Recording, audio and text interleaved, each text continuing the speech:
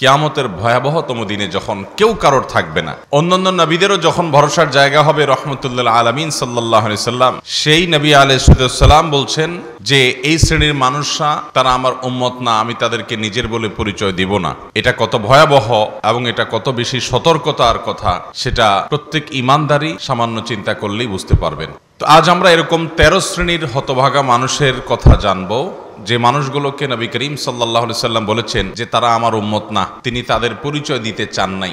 যদিও এই সমস্ত হাদিসের আলোকে ওই ব্যক্তি ইসলাম থেকে খারিজ সেরকমটি কোনো ওলামায়ে কেরাম বা কোনো বিশ্লেষক কোনো মুহাক্কিক বলেন নাই। এটা বলা হয়েছে মূলত মানুষকে সতর্ক করবার জন্য, যে নবী সাল্লাল্লাহু আলাইহি সাল্লাম তাকে পরিচয় দিতে চান নাই। কোনো ছেলে যখন কোনো মেয়ে যখন এমন কোনো কাজ করে যে কাজটাতে মা বাবা চরম অসন্তুষ্ট হন, তখন বলেন যে যা তুই আমার ছেলে না, তোকে আমি ছেলে হিসাবে পরিচয় দিব না, মেয়ে হিসাবে পরিচয় দিব না, তুই আমাকে বাপ হিসাবে বলবি না, বাপ ডাকবি না, আমি তোর বাপ না মা না। ঠিক এই ধরনের কথাই নবী সাল্লাল্লাহু আলাইহি সাল্লাম বলেছেন 13 শ্রেণীর মানুষকে, যে সে আমার উম্মত না, আমি তাকে নিজের বলে পরিচয় দিব না, সে আমার উম্মত হিসেবে পরিচিত হবে না। যে নবী সাল্লাল্লাহু আলাইহি সাল্লামের সুপারিশ ছাড়া কিয়ামতের ময়দানে আমাদের কোনো গত্যান্তর নেই, যে নবী সাল্লাল্লাহু আলাইহি সাল্লামের হাউজে কাউসারের পানি পান করা ছাড়া তৃষ্ণা নিবারণ করবার ব্যবস্থা থাকবে না, সেই নবী সাল্লাল্লাহু আলাইহি সাল্লাম যদি বলেন যে আমার না, এ লোককে আমি চিনি না, এ আমার উম্মত না, তো তার চাইতে হতভাগা, তার চাইতে কপাল পড়ার কে হতে পারে?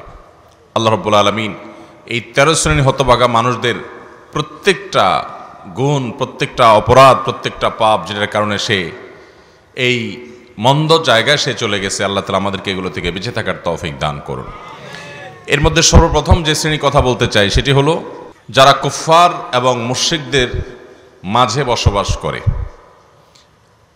একটু সামান্য দুনিয়ার পয়সা কড়ি কামাবার জন্য, একটু সুন্দর দুনিয়ার জীবন যাপন করার জন্য, একটু লাক্সারিয়াস লাইফ লিড করার জন্য যারা কাফের মুশরিকদের মধ্যেই বসবাস করে, তাদের মধ্যে বসবাস করলে তার ঈমান আমলের পর ক্ষতি হয়, ইবাদতের ডিস্টার্ব হয়, ঈমানি পরিবেশ পায় না।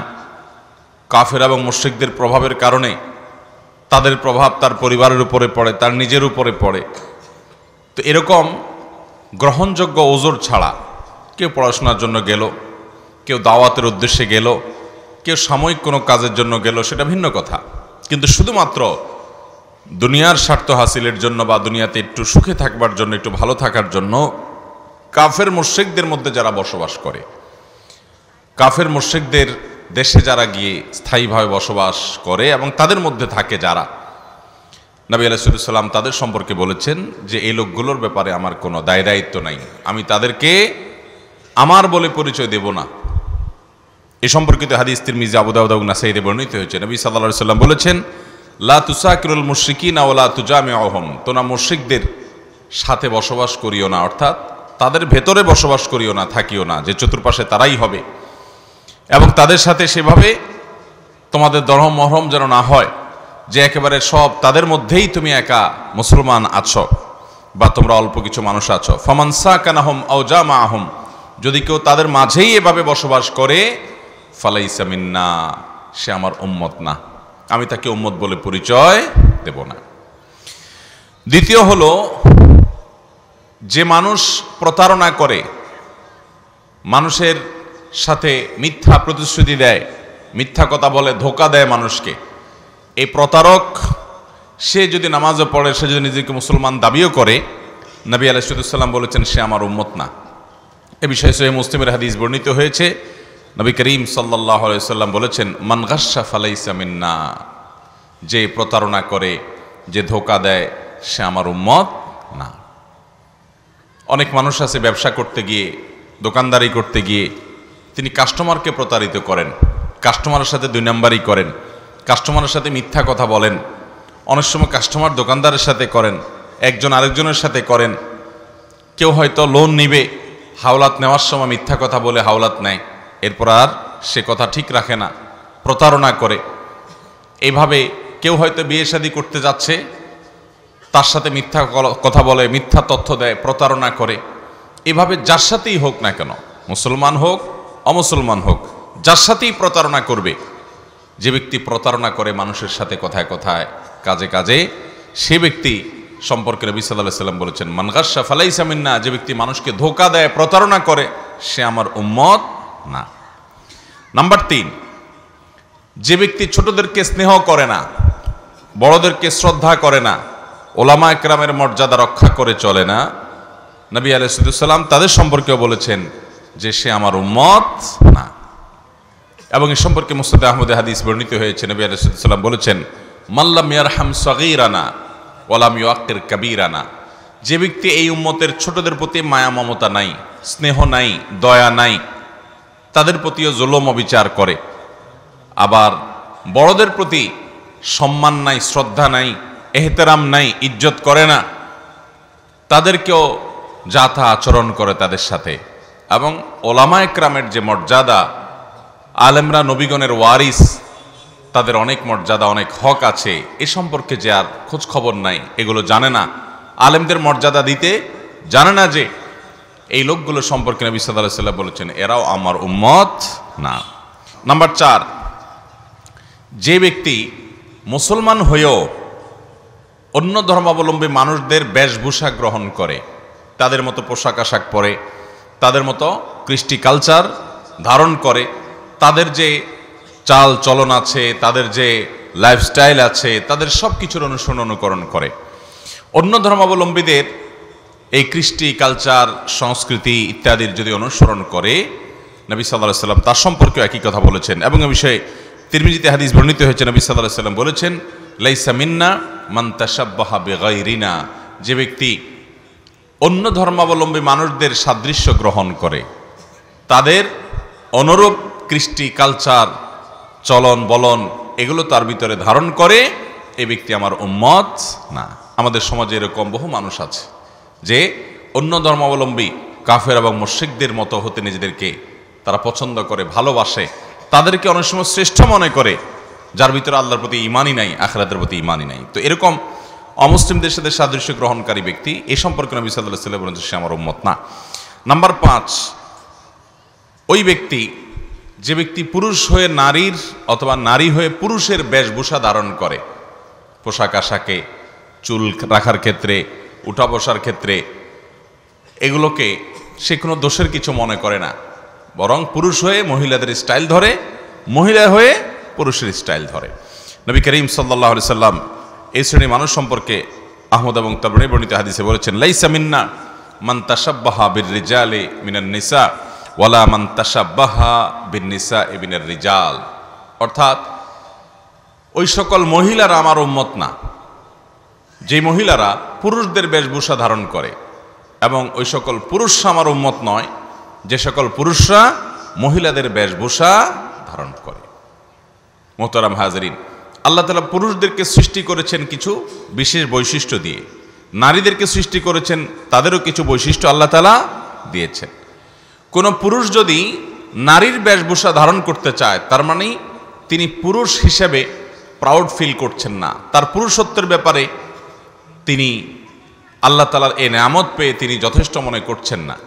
কোনো নারী যদি নিজেকে পুরুষের মতো করতে চান পোশাক আশাকে, তাহলে বুঝতে হবে তার নারীত্ব নিয়ে তিনি সন্তুষ্ট না, তিনি নারীত্বকে অপমান করছেন, তিনি পুরুষ হয়ে জাতে উঠতে চাইছেন। আল্লাহ তাআলা নারী এবং পুরুষকে সৃষ্টিগতভাবে শারীরিক অবকাঠামো বলে নানান দিক থেকে বিভিন্ন রকমের পার্থক্য আল্লাহ রেখেছেন, বৈশিষ্ট্য আল্লাহ তাআলা দিয়েছেন, প্রত্যেকের আলাদা আলাদা বৈশিষ্ট্য আছে। এই বৈশিষ্ট্যগুলোকে তুলে দিয়ে একাকার করে ফেলানোর যে চেষ্টা, এই চেষ্টা মানুষের জন্য দুনিয়ার দিক থেকেও কোনো কল্যাণকর কিছু না, এটা কোনো সুখকর কিছু না, এটা কোনো আখিরাতের দিক থেকে কল্যাণকর কিছু নয়। এটা আল্লাহ তাআলার লানত বর্ষণ হওয়ার কারণ, এটা গুনাহের কারণ, এটা সামাজিক স্থিতিশীলতাকে নষ্ট করার কারণ। এই জন্য নবী সাল্লাল্লাহু আলাইহি ওয়াসাল্লাম এই হাদিসের আলোকে আমরা জানলাম যে সমস্ত পুরুষরা চুল রাখার ক্ষেত্রে, পোশাক আশাক পরার ক্ষেত্রে মহিলাদের বেশভূষা ধারণ করে, হাদিসে মহিলাদেরকে টাকনুর নিচে পোশাক পরতে বলা হয়েছে। বেশিরভাগ পুরুষদেরকে দেখবেন আমাদের সমাজে তারা টাকনুর নিচে প্যান্ট পরে, মহিলাদের মতো হলো। আবার মহিলাদেরকে আল্লাহ রাব্বুল আলামিন তাদেরকে তাদের পোশাক আশাক যেটা পরিধান করার কথা, তাদের প্রাইভেসি এবং ব্যক্তিত্ব রক্ষা করার কথা, সেজন্য আল্লাহ তাআলা তাদেরকে টাকনুর নিচে পড়তে বলেছেন। মহিলারা এখন দেখবেন শর্ট পরে, টাকনুর উপরে পরে। ঠিক একইভাবে আল্লাহ রাব্বুল আলামিন পুরুষদেরকে পুরুষদেরকে চুল মহিলাদের মতো রাখতে বলেন নাই, তাদের চুল বড় করবে সেটারও একটা ধরন আছে, সেটারও একটা লিমিটেশন আছে। নারীরা তাদের চুলকে অনেক বেশি বড় করবে, কিন্তু এখন উল্টো হয়। ঠিক একইভাবে মেয়েদেরকে দেখা যায় পুরুষদের মতো ফতোয়া, পুরুষদের মতো টি শার্ট গেঞ্জি এগুলো পরিধান করে, এবং পুরুষদেরকেও দেখা যায় যে মেয়েদের নানা রকমের বেশভূষা ধারণ করে, কানে দুল দেয়, নাকে ফুল দেয়, হাতে চুড়ি দেয়, ইত্যাদি ইত্যাদি করে। এরকম নানান কর্মকাণ্ড আমাদের সমাজে আছে, এগুলোকে আমরা দোষী কিছু মনে করি না, অথচ এগুলো গুনাহের কথা। এবং নবী করিম সাল্লাল্লাহু আলাইহি ওয়াসাল্লামের হাদিস থেকে আমরা বুঝলাম এই ব্যক্তি নবী সাল্লাল্লাহু আলাইহি ওয়াসাল্লামের উম্মত নয়, নবী সাল্লাল্লাহু আলাইহি ওয়াসাল্লাম তাকে নিজের উম্মত হিসেবে পরিচয় দিবেন না। নাম্বার 6, যে ব্যক্তি কোনো বিপদ আপদে, আপনজন মারা গেছে, কাছের কোনো মানুষ দুনিয়া থেকে চলে গেছে, সেজন্য সে গালে আঘাত করে, জামা বোতাম ছিঁড়ে চিৎকার চেঁচামেচি করে, অর্থাৎ অধৈর্য হয়ে যায়। দুনিয়া থেকে সবাইকে যেতে হবে, দুনিয়াতে বিপদ আপদ মানুষের আসবে, যত নবী রাসূলগণ এসেছেন সবার জীবনে এসেছে, অতএব আমাদের জীবনও আসবে। বরং নবী করিম সাল্লাল্লাহু আলাইহি ওয়াসাল্লামের হাদিস থেকে আমরা জানতে পারি, তিনি বলেছেন যে আল্লাহ তাআলা যখন কোনো সম্প্রদায়কে পছন্দ করেন, ভালোবাসেন, ইন্নাল্লাহা ইযা আহাব্বা কওমান ইবতালাহুম, আল্লাহ তাআলা কোনো সম্প্রদায়কে যখন ভালোবাসেন, পছন্দ করেন, তাদেরকে পরীক্ষায় ফেলেন, তাদেরকে আল্লাহ তাআলা পরীক্ষা নেন। অতএব বিপদ আপদ এগুলো মানুষের জীবনের অংশ। আল্লাহ কোরআনেও বলেছেন, ওয়ালা নাবলুওয়ান্নাকুম বিশাইইম মিনাল খাউফ ওয়াল জু' ওয়া নাকসিম মিনাল আমওয়াল ওয়াল আনফুসি ওয়াস সামারাত ওয়া বাশশিরিস সাবিরিন। আল্লাহ তাআলা পরীক্ষা নেবেন আমাদেরকে বিভিন্ন ক্ষয়ক্ষতি দিয়ে, বিপদ আপদ দিয়ে আমরা কতটা সবর করতে পারি, আর সবরকারীদের জন্যই সুসংবাদ রয়েছে। এই জন্য ভাইরা আমার, ধৈর্য ধারণ করা বিপদে এটা অনেক বড় একটা গুণ। যে ব্যক্তি অধৈর্য হয়ে যাবে এবং আল্লাহর ফয়সালার বিরুদ্ধে বিদ্রোহ করবে তার আচরণ দিয়ে, শরীরে আঘাত করবে, চিৎকার চেঁচামেচি করবে, জামা ছেঁড়া ছিঁড়বে, ভাঙচুর করবে, তার হয়তো ছেলে মারা গেছে, অ্যাক্সিডেন্ট হয়েছে, সে এমন কটু কথা বলবে যেটা তাকদীরের ফয়সালাকে মানার বিপরীত, বরং তাকদীরের ফয়সালার বিরুদ্ধে বিদ্রোহের শামিল। তো এই ব্যক্তিকে নবী সাল্লাল্লাহু আলাইহি ওয়াসাল্লাম বলেছেন, এই বেসবর মানুষকে তিনি তার নিজের উম্মত হিসেবে পরিচয় দিবেন না, তার আদর্শের উপরে সে ব্যক্তি প্রতিষ্ঠিত নয়। এই জন্য নবী সাল্লাল্লাহু আলাইহি ওয়াসাল্লাম বলেছেন, বুখারী এবং মুসলিমে বর্ণিত হাদিস, লাইসা মিন্না মান দারাবাল হুদুদ, যে ব্যক্তি গালে আঘাত করে, নিজের শরীরে নিজে আঘাত করে, কোনো বিপদের কারণে, কারো মৃত্যুর কারণে, মন খারাপ করে, অসাক্কাল জুয়ুব, অথবা জামা কাপড় ছিঁড়ে, আও দাওয়া বিদাওয়াল জাহিলিয়া, অথবা যে ব্যক্তির মধ্যে একটা বদগুণ আছে, জাহিলি যুগের ডাক দেয়। জাহিলি যুগের ডাক কি? নিজের দল, নিজের গ্রুপ, নিজের বলয়, এটার ভিত্তিতে তার ওয়ালা বারা প্রতিষ্ঠিত হয়। সে ভালোবাসে দলের জন্য, সে ভালোবাসে তার গোত্রের জন্য, সে ভালোবাসে তার অঞ্চলের জন্য, ভাষার জন্য, আবার বিদ্বেষ করে এটার ভিত্তিতে। অথচ ইমানদারের ভালোবাসা হবে আল্লাহর খাতিরে, ইমানদারের বিদ্বেষ হবে আল্লাহর খাতিরে। কেউ অন্যের দলের হতে পারে, অন্য দেশের হতে পারে, অন্য অঞ্চলের হতে পারে, অন্য গ্রুপের হতে পারে, কিন্তু তার ব্যক্তিগত আমল, কর্ম, চিন্তা, বিশ্বাস, সেটার উপর ভিত্তি করে তাকে ভালোবাসবে। সেটা না বেশে এরকম বিভিন্ন দলীয়, গোত্রীয়, গোষ্ঠীগত, অঞ্চলগত, ভাষাগত কারণে মানুষ মানুষকে ভালোবাসবে এবং সেই কারণে বিদ্বেষ করবে এবং ওইটার দিকে আহ্বান করবে যে আসো আমার এই ইজম, এই মতবাদ তুমি নাও। এইটাকে নবী সাল্লাল্লাহু আলাইহি ওয়াসাল্লাম জাহেলিয়াত বলেছেন। এই জাহেলিয়াতের দিকে যে আহ্বান করবে তার সম্পর্কে নবী সাল্লাল্লাহু আলাইহি ওয়াসাল্লাম বলেছেন সে আমার উম্মত না। নাম্বার 7, যে ব্যক্তি কোরআন তেলাওয়াত করবে কিন্তু কোরআন তেলাওয়াতের মধ্যে আল্লাহ তাআলা তাকে যতটুকু সুর দিয়েছেন সুন্দর কণ্ঠে কোরআন তেলাওয়াত চেষ্টা করে না। বুখারী বর্ণনায় আসছে নবী সাল্লাল্লাহু আলাইহি ওয়াসাল্লাম বলেছেন, লাইসা মিন্না মান লাম ইয়াতাগান্না বিল কোরআন, যে ব্যক্তি কোরআন তেলাওয়াতে সুন্দর কণ্ঠ দেয় না। প্রত্যেককে আল্লাহ তাআলা একটা কণ্ঠ দিয়েছেন, সে যতটুকু পারে তার ওই কণ্ঠকে সুন্দর করে আল্লাহর কালাম তেলাওয়াত করবে, শুদ্ধ করে তেলাওয়াত করবে। তো আল্লাহর কালাম তেলাওয়াতের সময় সে একটু সুন্দর কণ্ঠ, শুদ্ধতা, এটার প্রতি খেয়াল রাখে না, তার সাধ্য অনুযায়ী যতটুকু সে পারে ততটুকুও সে করে না। তো এই ব্যক্তি সম্পর্কে বলেছেন নবীজি সাল্লাল্লাহু আলাইহি ওয়াসাল্লাম সে আমার উম্মত নয়। 8 নম্বর হলেন ওই মানুষ যারা মুসলমানদের সঙ্গে লড়াই করতে আসে, মুসলমানদেরকে আঘাত করে, দলীয় কারণে, রাজনৈতিক কারণে, আর্থিক কোনো স্বার্থের কারণে, অঞ্চলগত কোনো কারণে, যে কারণেই হোক না কেন, যে ব্যক্তি কোনো মুসলমানদেরকে অস্ত্র ত্যাগ করে, কোনো মুসলমানকে হত্যা করার জন্য উদ্যত হয়, অস্ত্র ব্যবহার করে, মুসলমানের উপরে চড়াও হয়, আক্রমণ করে, তাহলে সে ব্যক্তি সম্পর্কে নবী সাল্লাল্লাহু আলাইহি ওয়াসাল্লাম কথা বলেছেন সে আমার উম্মত নয়। এ সম্পর্কে বুখারীর হাদিসে আসছে নবী সাল্লাল্লাহু আলাইহি ওয়াসাল্লাম বলেছেন, মান হামানা আলাইনা সালাহ ফালাইসা মিন্না, যে ব্যক্তি আমাদের বিরুদ্ধে অস্ত্র ধরে সে আমাদের উম্মত হতে পারে না। নাম্বার 9, যে ব্যক্তি কোনো গণকের কাছে যায়, কোনো কবিরাজের কাছে যায়, সে গণক কবিরাজ তাকে ভবিষ্যৎ সম্পর্কে বলে দেয় এবং সেগুলোকে সে বিশ্বাস করে। অথবা কোনো জাদুকরের কাছে যায়, ব্ল্যাক ম্যাজিশিয়ানের কাছে যায়, কবিরাজের কাছে যায়, জাদু টোনা করে, সেটা কাউকে ক্ষতি করার জন্য করে, অথবা কাউকে কাছে টানার জন্য করে, আপোষের জন্য করে, কিংবা শত্রুতা করার জন্য করে। এই কাজগুলো যারা করে, নবী সাল্লাল্লাহু আলাইহি ওয়াসাল্লাম তাদের সম্পর্কে বলেছেন সে আমার উম্মত না। তিনি বলেছেন লাইসা মিন্না মান তাতায়্যারা আও তুতায়্যিরা লাহ আও তাকাহানা আও তুকুহিনা লাহ আও সাহারা আও সুহাইরা লাহ। যে ব্যক্তি গণকের কাছে যায়, যে গণকের সাহায্য নেয়, অথবা কোনো কবিরাজের কাছে গিয়ে তার সাহায্য নেয়, সে তাকে ভবিষ্যতে কি হবে সেটা বলে দেয়, অথবা জাদুটোনা করে কোনো জাদুকরের কাছে যায়, যার কাছে যায় সে আর যে যায় সে, এই উভয়ের জন্য একই কথা প্রযোজ্য। নবী সাল্লাল্লাহু আলাইহি ওয়াসাল্লাম বলেছেন সে আমার উম্মত না। আমাদের সমাজে দেখবেন অনেক বউ তার শাশুড়িকে আপোষ করার জন্য কবিরাজের কাছে যায়, অথবা একজন আরেকজনের বিরুদ্ধে ক্ষতি করার জন্য কবিরাজের কাছে যায়, কোনো মেয়ের বিয়ে বন্ধ করার জন্য অনেক কবিরাজের কাছে যায়, অনেক জাদুকরের কাছে যায়। এরকম যারা যাবে, এই মানুষগুলোকে নবী সাল্লাল্লাহু আলাইহি ওয়াসাল্লাম বলেছেন সে আমার উম্মত হতে পারে, এবং এই যাওয়ার কারণে কখনো কখনো ঈমান পর্যন্ত চলে যেতে পারে। কারণ এই ব্ল্যাক ম্যাজিশিয়ান, এই জাদুকরেরা এবং কিছু কিছু খুনকারেরা যারা এরকম বিশেষ করে ব্ল্যাক ম্যাজিকের আশ্রয় নেয়, এরা তো রীতিমতো কাফিরের গণ্ডিতে চলে যেতে পারে এরকম পর্যায়ের। আর বাকি যেগুলো আছে তাদের অনেকগুলোই বিদআতের চরম পর্যায়ে চলে যায়। আল্লাহ রাব্বুল আলামিন এই ভয়াবহ বিষয় থেকে আমাদেরকে বেঁচে থাকার তৌফিক দান করুন। তাহলে গণকের কাছে গেলে এবং কবিরাজের কাছে গিয়ে ভবিষ্যৎ জানার চেষ্টা করলে, বা কারোর লাভ ক্ষতি করার জন্য ব্ল্যাক ম্যাজিকের আশ্রয়, ব্ল্যাক ম্যাজিশিয়ান বা জাদুকরের কাছে যদি কেউ যায়, তাহলে এই ব্যক্তিকে নবী সাল্লাল্লাহু আলাইহি ওয়াসাল্লাম বলেছেন সে আমার উম্মত নয়। নাম্বার 10, যে ব্যক্তি কোনো জালেম শাসকের সমর্থনকারী হবে, তার দালালি করবে, সে মিথ্যা বলে, সে মিথ্যার পক্ষে কথা বলবে, জেনেও সে ওই মিথ্যার পক্ষে লড়বে এবং তার জুলুমের পক্ষে অবস্থান নেবে, এই সম্পর্কে নবী সাল্লাল্লাহু আলাইহি ওয়াসাল্লাম বলেছেন সে আমার উম্মত নয়। এই সম্পর্কে বাজ্জার এবং তাবরানী বর্ণিত হাদিস আছে, মুসনাদ আহমদে বর্ণিত হাদিস আছে। নবী সাল্লাল্লাহু আলাইহি ওয়াসাল্লাম বলেছেন সাতাকুনু উমারা ইয়াকযিবুন ওয়া ইয়াজলিমুন। একটা সময় আসবে, কিছু শাসক আসবে দুনিয়াতে, এরা মিথ্যা কথা বলবে জনগণের সাথে, মানুষের সাথে, আবার তাদের অধীনস্থ লোকদের প্রতি তারা জুলুম করবে। ফামান সাদ্দাকাহুম বিকিযবিহিম ওয়া আ'আনাহুম আলা যুলমিহিম ফালাইসা মিন্না ওয়া লাস্তু মিনহুম। যেই লোকগুলো তাদের এই মিথ্যা কথাকে সত্য বলে মানুষের কাছে প্রচার করবে এবং তাদের জুলুমকে যারা সমর্থন করবে, সহযোগিতা করবে, নবী সাল্লাল্লাহু আলাইহি ওয়াসাল্লাম বলেছেন তারা আমার কেউ না আর আমিও তাদের কেউ না। ওয়ালা ইয়ারিদু আলাইয়াল হাউজ, এবং কিয়ামতের ময়দানে আমার হাউজে কাউসারে তারা পানি পান করতেও আসতে পারবে না। ভয়ঙ্কর কথা।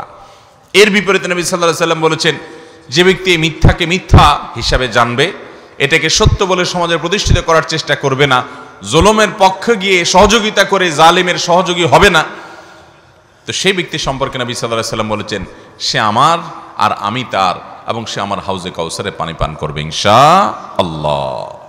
নাম্বার 11, যে ব্যক্তি যেটা নিজের না সেটা নিজের দাবি করবে, এই মিথ্যা দাবিদার, সে ব্যক্তি সম্পর্কে নবী সাল্লাল্লাহু আলাইহি ওয়াসাল্লাম বলেছেন সে আমার উম্মত না। আমাদের সমাজে অনেক মানুষ আছে দেখবেন যে কোনো কিছু দখল করার সুযোগ পাইছে তো দখল করে এবার নিজের বলে দাবি করছে, মিথ্যা কাগজপত্র, মিথ্যা দলিল তৈরি করে নিয়ে কোনো জমি জমা দখল করে সে ওইটার দাবিদার, কোনো জিনিস, কোনো টাকা পয়সা, কোনো কিছু পাইছে তো মিথ্যা দাবিদার, ওইটার দাবি করে সেটা দখল করে আছে। এমনকি লেখাজোখা, বক্তব্য, কারোর লেখা নকল করে আপনি নিজের বলে চালাই দিলেন, কারোর বক্তব্য আপনার নিজের বলে চালাই দিলেন, আরেকজনের থিওরি চুরি করে এনে আপনি সেটা নিজের বলে বললেন এবং ক্রেডিট নিলেন, এটাও এর অন্তর্ভুক্ত। ইমাম মুসলিম রাহিমাহুল্লাহ এই হাদিস যে উল্লেখ করেছেন সেটা অনেকটা এই প্রাসঙ্গিক। এই জন্য সহিহ মুসলিমের হাদিসে নবী সাল্লাল্লাহু আলাইহি সাল্লাম বলেছেন অমানিদ্দাআ মা লাইসা লাহু ফালাইসা মিন্নি। যে ব্যক্তি এমন কিছু দাবি করবে যেটা আসলে তার না, সেই জিনিসটা তার বলে যে দাবি করবে সে আমার উম্মত না।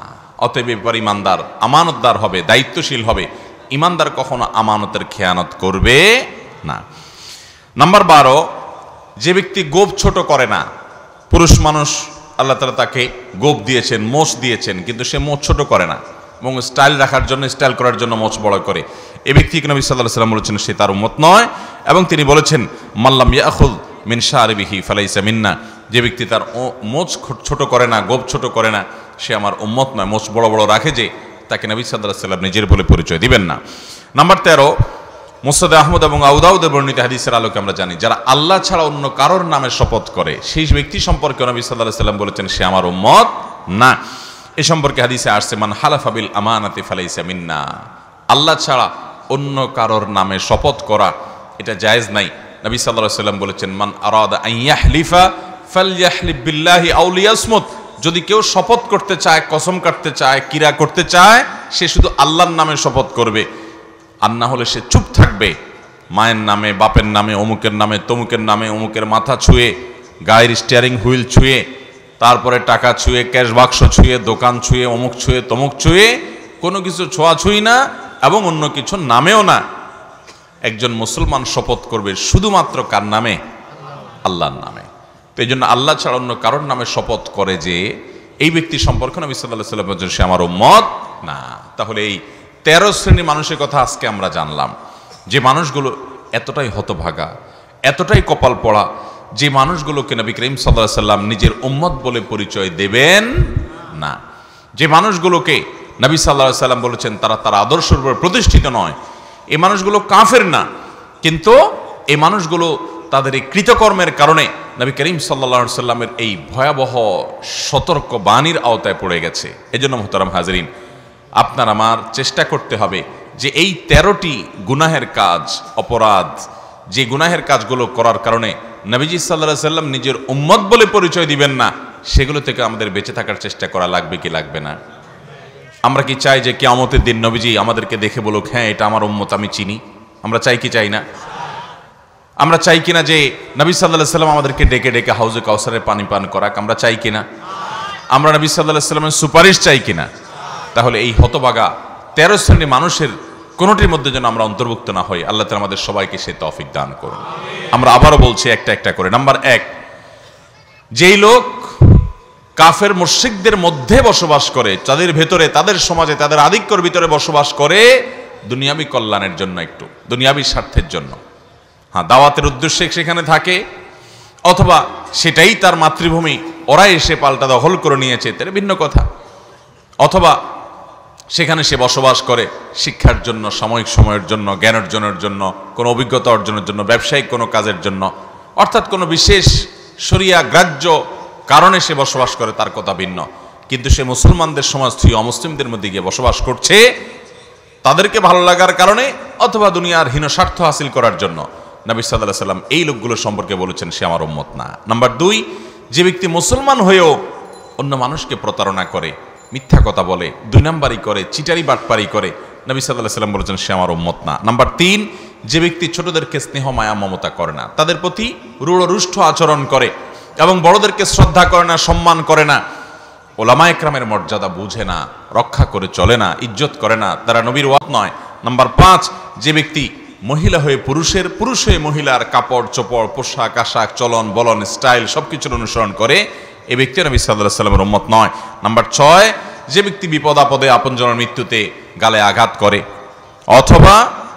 অথবা সেরকম জামা কাপড় ছেঁড়াছিড়ি করে, অথবা জাহিলিয়াতের দিকে আহ্বান করে, জাহিলি দাওয়াত বা জাহিলি আহ্বান তার মধ্যে থাকে। জাহিলি আহ্বান কি? যে ব্যক্তি কোনো নির্দিষ্ট কোনো গণ্ডির দিকে আহ্বান করে, তার ভালোবাসা, তার বিদ্বেষ শুধুমাত্র ওই দল, ওই গোত্র, ওই বংশ, ওই চিন্তা চেতনাকে ঘিরে হয়, এই ব্যক্তি জাহিলি জিন্দেগি যাপন করছে। ইমানদারের ইমানের দাবি হলো সে সকল ব্যক্তি যার ভিতরে ইমান থাকবে তাকে ইমানের কারণে ভালোবাসবে, আল্লাহর কারণে ভালোবাসবে। হতে পারে সে অন্য ভাষাভাষী, হতে পারে সে অন্য দেশি, হতে পারে সে অন্য অঞ্চলের, হতে পারে তার সাথে অন্য বিষয়ে মত পার্থক্য আছে, কিন্তু সে ইমানদার। দুনিয়াবি কোনো কারণে মত পার্থক্য থাকতে পারে, এমনকি দিনের কোনো বিষয়ে বুঝের মত পার্থক্য থাকতে পারে, কিন্তু ইমানদারকে সে শত্রু মনে করবে না, আপন মনে করবে। এটা হলো ইমানের দাবি।